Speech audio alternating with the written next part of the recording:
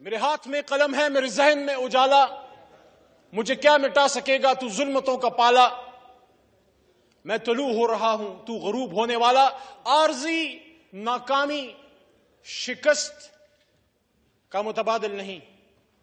ہم سب مسلمان ہیں اور ہماری تاریخ بھری پڑی ہے۔ میں کسی کی طرف کوئی تشبیہ نہیں دینا چاہتا کیونکہ ہم نے یہاں، میرا یہ 9واں سال ہے اس پارلیمان میں، لیکن یاد رکھیے میری بات اور آپ برداشت کیجئے۔ میں آپ کے نعرے، آپ کی ہوٹنگ، آپ کی خوشیاں برداشت کی ہیں میں نے، جو غلامی کے خلاف ہے۔ آپ کے دل میں تمنا تھی کہ عمران خان صاحب جو ہیں ان کی حکومت ختم ہو۔ انشاءاللہ اس کرسی پہ میرا لیڈر ایک بار پھر آئے گا، انشاءاللہ اس کرسی پہ عمران خان صاحب پھر آئے گا، عوام کی طاقت سے آئے گا، 2/3 سے آئے گا۔ برداشت کریں، تھوڑا صبر کریں، برداشت کریں۔ ہر عمران خان صاحب کا گناہ کیا ہے؟ عمران خان صاحب کا گناہ یہ ہے، میرے چھوٹے بھائی ہیں لیکن لیڈر ہیں، میں احترام سے نام لوں گا، بلاول صاحب بیٹھے ہیں۔ بلاول صاحب، عمران خان صاحب کا گناہ یہ ہے کہ جب آپ کے نانا نے آج سے سالوں پہلے اسی اسلام آباد میں مسلم امہ کو اکٹھا کیا تو انہوں نے ایک بار اکٹھا کیا اور میرے لیڈر عمران خان صاحب نے 2 مہینے میں 2 بار اکٹھا کیا اللہ تعالیٰ کے کرم سے۔ اسی OIC کی کانفرنس میں عمران خان صاحب نے، میں وہاں سے دیکھ رہا تھا، آپ ہنستے جائیں، آپ کے ہنسنے سے میرے حوصلے کم نہیں ہوں گے۔ میرے پیچھے بھی کروڑوں لوگ کھڑے ہیں، میرے لیڈر کے پیچھے بھی کروڑوں لوگ کھڑے ہیں، اور ہم دشمن نہیں ہیں، ہم نے مل کے پاکستان کو بنانا ہے، لیکن آپ کے طریقہ کار سے ہمیں اتفاق نہیں۔ وہاں پہ عمران خان صاحب نے کھڑے ہو کے جب سن رہے تھے، انہوں نے یہاں سپیچ کرتے ہوئے فرمایا، وقت ثابت کرے گا کہ کون اصلی شیر ہے۔ آپ کے الفاظ آپ کو مبارک ہوں، وقولوا للناس حسنا، میری تربیت ایسی نہیں ہوئی۔ عمران خان صاحب نے کہا کہ ہم مسلم بلاک بنائیں گے۔ عمران خان صاحب نے مسلم بلاک کی بات کی، یہ ان کا گناہ ہے۔ عمران خان صاحب نے آزاد خارجہ پالیسی کی بات کی، یہ ان کا گناہ ہے۔ میں تو اکثر یہ کہتا ہوں کہ روس صرف بہانہ ہے، جناب چیئرمین صاحب، محترم ایاز صادق صاحب، کہ روس صرف بہانہ ہے، عمران خان نشانہ ہے۔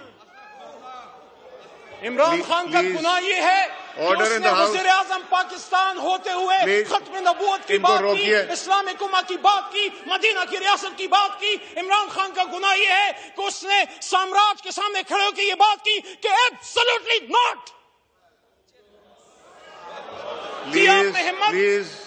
بسط احترام پرویز اشرف صاحب بھی تشریف فرما ہیں، اور میرے خیال میں گیلریز میں سابق وزیر اعظم محترم گیلانی صاحب بھی تشریف فرما ہیں، میرے اپوزیشن لیڈر وہاں پہ رہے، آپ کے ساتھ سینٹ میں نے بڑا کام کیا۔ لیکن جناب چیئرمین صاحب، ایک وہ بھی وقت تھا، دنیا نے دیکھا کہ یہاں پہ امریکن بوٹس آئے، ایبٹ آباد آپریشن ہوا، اور ایک یہ بھی وقت ہے کہ وہ وہاں منصوبے بناتے رہے کہ اگر عمران خان کی حکومت نہ گری تو Pakistan things will get tough for Pakistan, اور یہ بھی کہتے ہیں کہ ہاں اگر عمران خان کی حکومت گر گئی اور عدم اعتماد جو آپ نے ابھی کامیاب کی ہے کامیاب ہو گئی تو ہم پاکستان کو معاف کر دیں گے۔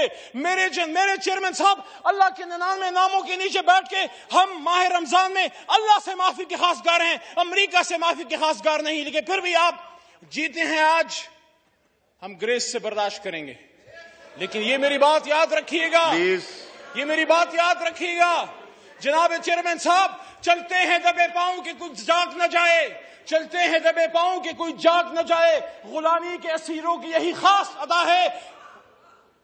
دوبارہ سناؤں، چلتے ہیں دبے پاؤں کہ کوئی جاگ نہ جائے، غلامی کے اسیروں کی یہی خاص ادا ہے۔ ہوتی نہیں جو قوم حق بات پہ یکجا، اس قوم کا حاکم ہی فقط اس کی سزا ہے۔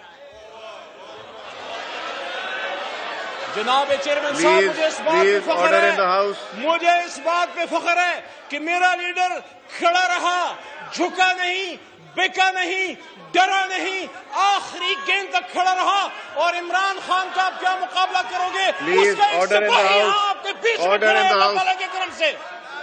تو آخر میں جناب چیئرمین صاحب، آخر میں یہ کہنا چاہتا ہوں جناب چیئرمین صاحب، میری دعا ہے میرا ملک، میرا پاکستان آگے بڑھتا رہے، میری دعا ہے کہ ہم ملک کو پاکستان کو مضبوط کرتے رہے، لیکن انشاءاللہ میرا اللہ کہتا ہے وَقُلْ جَاءَ الْحَقُّ وَزَهَقَ الْبَاطِلُ إِنَّ الْبَاطِلَ كَانَ زَهُوقًا، اور کہہ دیجئے میرے حبیب کہ جب حق آتا ہے تو باطل مٹتا ہے، اور باطل تو ہے ہی مٹنے کے لیے۔ جلد عمران خان صاحب انشاءاللہ عوام کی طاقت سے ایک بار پھر اسی کرسی پہ براجمان ہوگا، 2/3 اکثریت سے ہوگا، اور انشاءاللہ عمران خان کو، پاکستان تحریک انصاف کو، اور میرے کروڑوں پاکستان تحریک انصاف کے ورکرز اور ووٹرز اور سپورٹرز کو آج کی یہ ڈیفینس، آج کا یہ کھڑا ہونا اور آپ کا آج کی ریزسٹنس مبارک ہو۔ آج بھی پاکستان میں کچھ لوگ ایسے ہیں جو سامراج کے سامنے کھڑے ہیں، جو امریکہ کے سامنے کھڑے ہیں، جو یہود و حنوس کے سامنے کھڑے ہیں۔ پاکستان زندہ باد، عمران خان پائندہ باد۔